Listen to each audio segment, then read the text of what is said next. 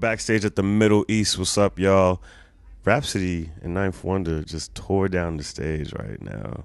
How you doing? I'm doing good, Malcolm. How you doing? I'm good. That's good. You know, you said it was your first time in Cambridge. How was the energy? How was love? Crazy. I've been getting tweets for the longest. Come to Boston, come to Boston. I always say I'm coming, and I finally made, my promise real. Yeah.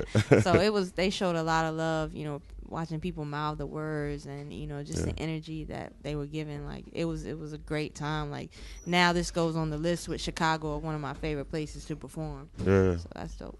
That's dope. So how has life changed for you since, She Got Game dropped, critically acclaimed, a lot of really, really dope reviews? It was just great music. How has life changed for you? Oh, a lot of good things happened. I did the BET Cypher, Pepsi Artist of the Week or Spotlight Artist. We making more music. Did Dark Nights, that's on MTV Jams now. So just broadening the fan base, and the momentum is crazy now. The buzz is up. So just continuing to work and build off of that. We just dropped Jamless the Squad. So we're just in a real good space now, and breaking ground. So that's dope.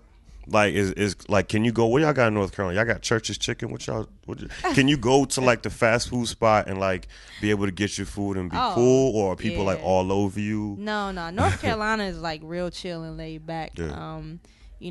I'll be out with Ninth, and of course, he's hot. He's everywhere. Nice stand out too. Like, you can't really miss him at all. But I mean, he's able to go anywhere he wants, and some people, they'll notice you, but they never like fan out. It's always like, hey, it's great to meet you, and they're on their way. So that's just North Carolina. It's just real. Everybody's real laid back, and real chill.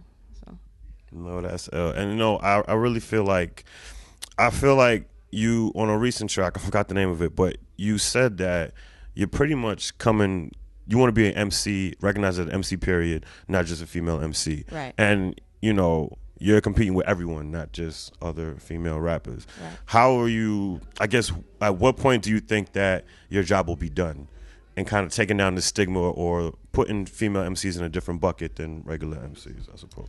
I think that day will come when you take away the top female artist list and you include females in top rapper list, top project list, on award shows, greatest female category, but you include females in the categories with the guys. Yeah. I think at that point the job is done. When we can be recognized in the same light and looked at as equal, like you can have that same talent as a guy. We're no different because we're female. So it's either you're dope or you're not. So no need to really separate it or give us our own list. Yeah.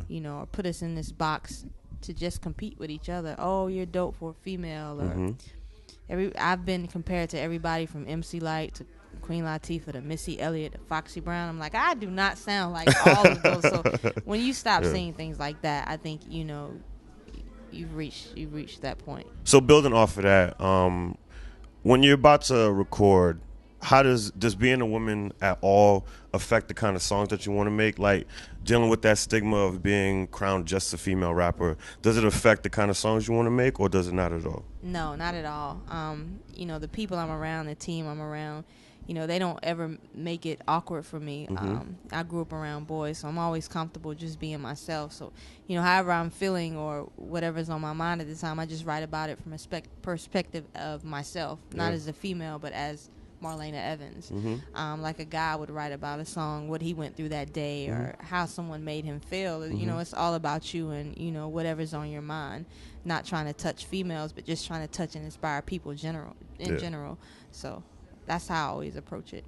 You also showed me something I've never seen at a concert before, where you bring a dude on stage and you do a little serenade to him. I've never seen that.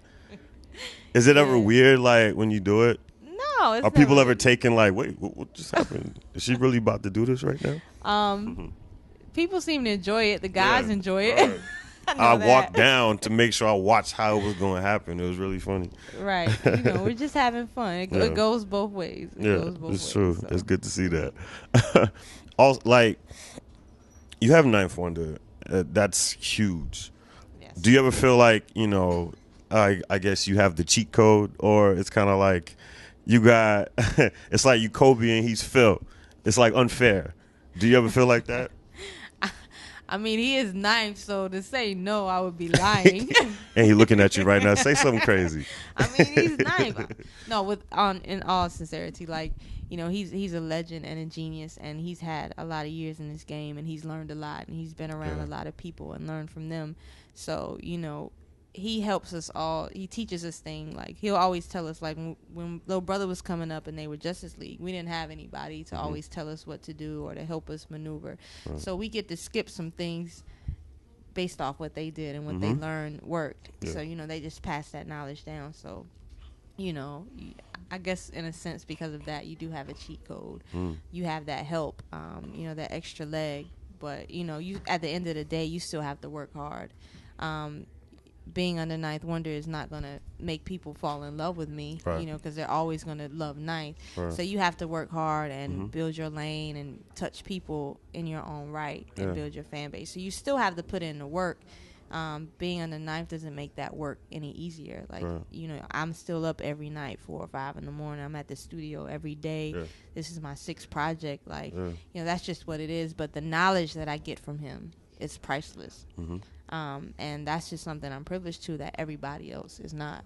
So, you know, in that sense, I'm definitely cheating, and I'm not apologizing for it. And my final question, what are you looking forward to the most in 2014? Wow. You know, pushing this Jam as a Squad, you know, definitely jumped the year off with a great start with that. Wow, more videos for She Got Game. I'll be doing a European tour around April, March. I'll let you know soon. And I'm starting on my sophomore album, the follow-up to it, The Idea Beautiful. So, you know, I'm looking forward to all of that, and, you know, everything else that'll come from, you know, just the momentum and buzz and working. So, what situation were you in when you wrote Illuminati? Like, I was scared when I listened to it. That made me feel so uncomfortable. Wow. Part of it came from, we had just dropped Dark Knight videos, and, you know, I went, you know, I read the comments every now and again, and somebody was like, "Oh, you devil worshiper." I was putting up the Zulu Nation sign. I was pointing, "That's the devil horns." And, you know, people were like, "Nah, it's Zulu Nation." He was like, "No." And I was like, "Ah." So that's how it started. They say I'm Illuminati. That was hard. So that's where it started. But, you know, just being hungry and making a statement, like, you know, being hungry and aggressive. Like, I came to do something.